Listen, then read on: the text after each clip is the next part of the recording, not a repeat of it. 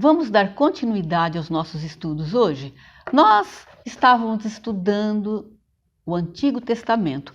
Hoje nós vamos trabalhar o livro dos Juízes. Vamos começar de uma maneira diferente. Vamos hoje começar entendendo ou buscando onde na Bíblia começa essa função de juiz. Com quem que começa? Quem foi, na realidade, o primeiro juiz da Bíblia? Quem começou nesta função?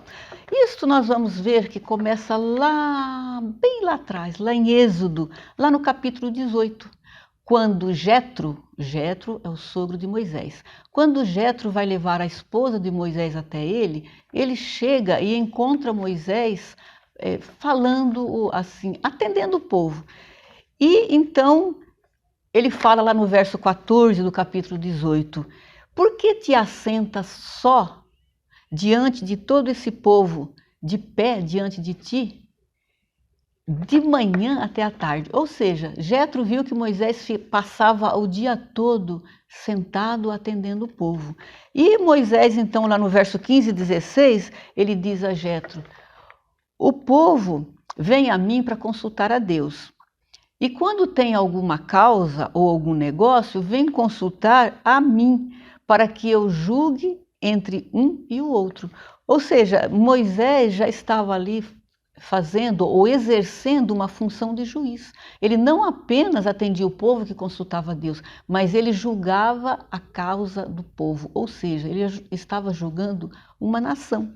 Então, Jetro já conversa com ele nos versículos seguintes e diz a ele, você não vai aguentar ficar o dia todo sozinho atendendo todo esse povo. E aí ele fala com ele lá no verso 21 do capítulo 18, ele diz a ele, procura dentre o povo homens capazes e tementes a Deus, homens de verdade, que não sejam avarentos, e põe sobre eles por maioria de 1000, de 100, de 50, de 10, para que eles julguem o povo o tempo todo. Portanto, Moisés foi o primeiro a começar, ou seja, a agir nesta função, a ter essa função de juiz, de magistrado. E ainda lá em Deuteronômio, quando Moisés relembra o povo, todas as alianças, tudo aquilo que eles deveriam de obedecer em relação à aliança com Deus, Moisés fala sobre isso também. Ele repete tudo ao povo. E ele repete lá então, capítulo 1 de Deuteronômio, verso 15 e 16, ele torna a falar, tomai pois por cabeça de vossas tribos homens sábios e experimentados. E ele diz, e os tenho posto por cabeça sobre vós. Ou seja, aquilo que Moisés fazia, quando ele colocava para ser juiz, para administrar ali a causa do povo, aquelas pessoas eram as pessoas experimentadas da tribo.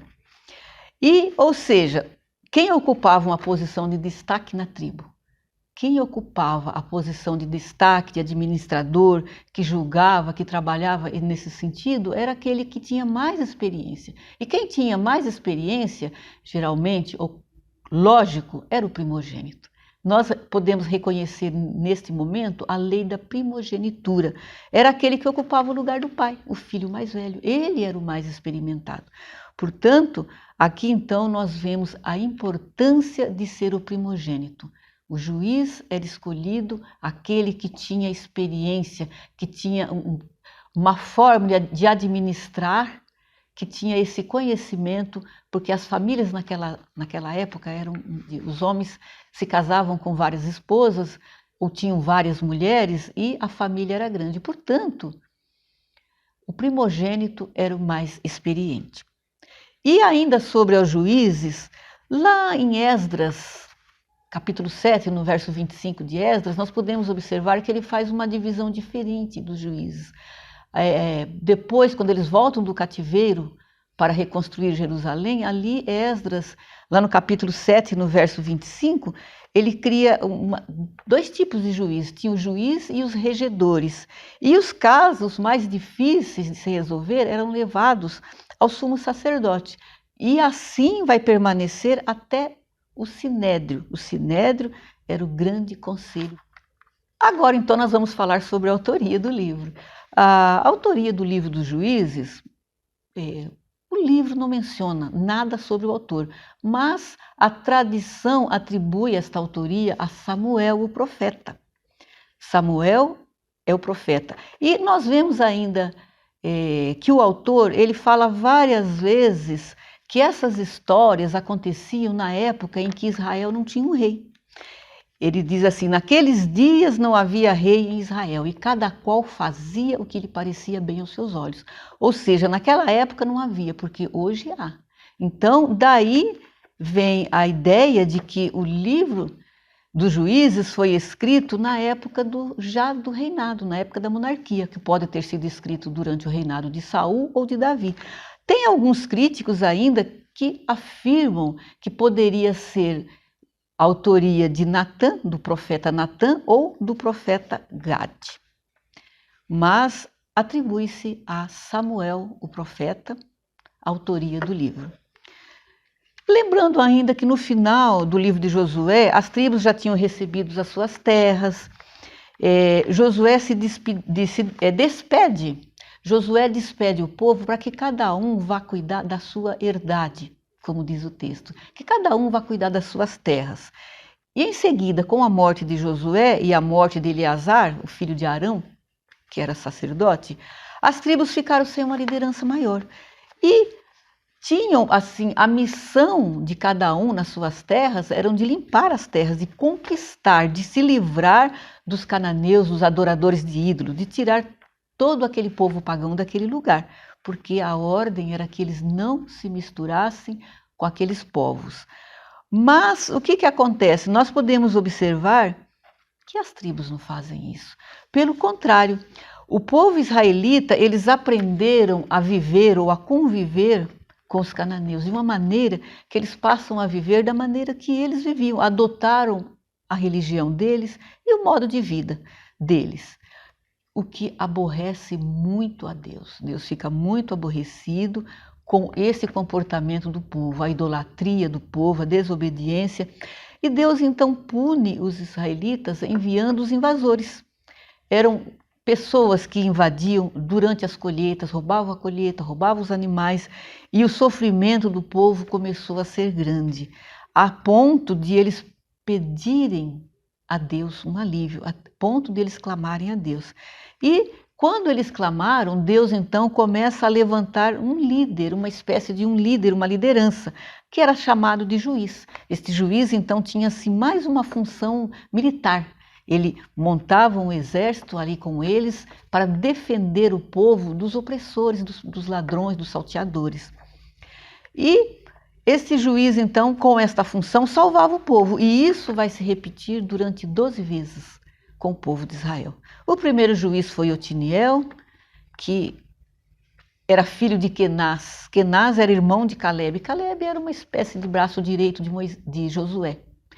Calebe era uma espécie de braço direito de Josué.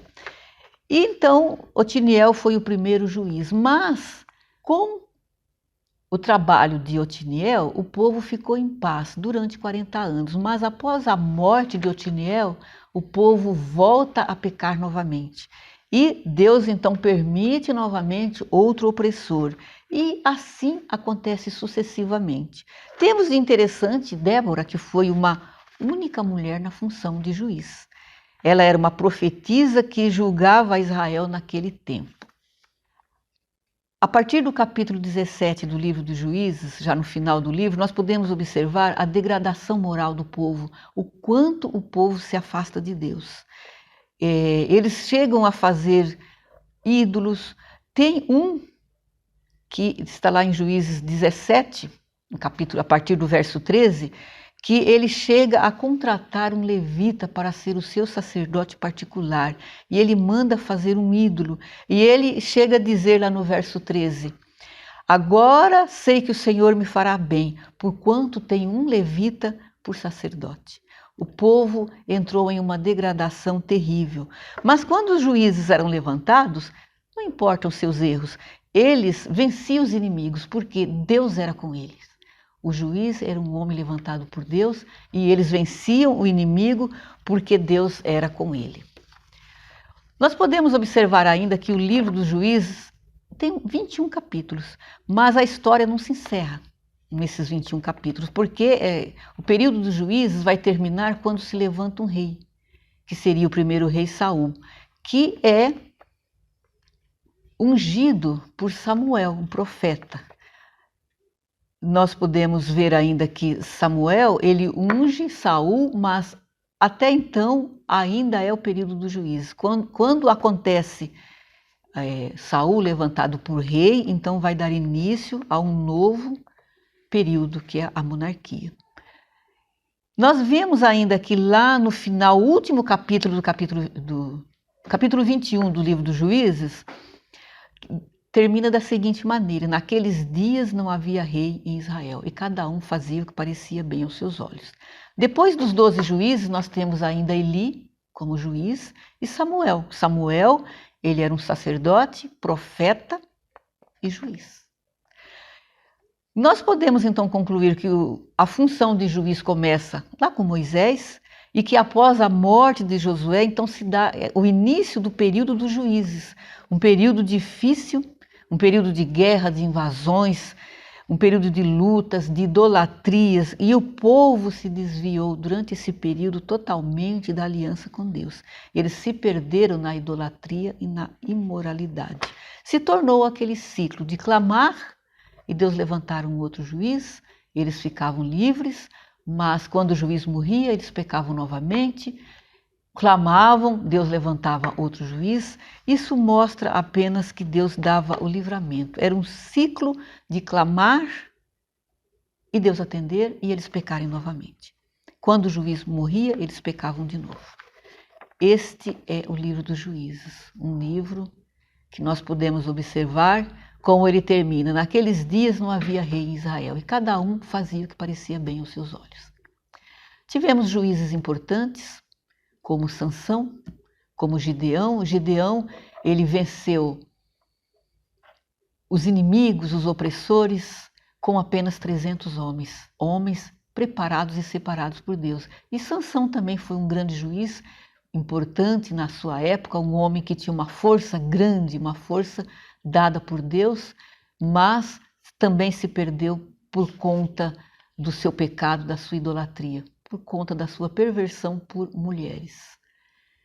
Vimos então tudo isso e nós vamos terminar realmente entendendo melhor o livro de Juízes quando nós entrarmos no primeiro livro de Samuel. Nós vamos ver o final desse período e entrar no período da monarquia. E assim nós vamos encerrar por hoje a nossa gravação, a nossa aula. Eu agradeço a sua atenção, obrigada e até um próximo vídeo.